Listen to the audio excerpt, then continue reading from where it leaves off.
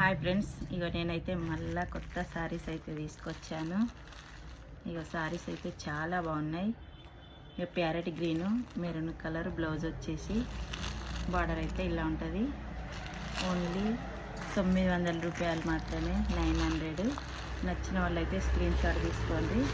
ఇది వచ్చేసి బ్లౌజు, ఇది వచ్చేసి శారీ. బార్డర్ అయితే ఇలా ఉంటుంది. ఇది వచ్చేసి మెరూన్, బార్డర్ అయితే ఇలా ఉంటుంది.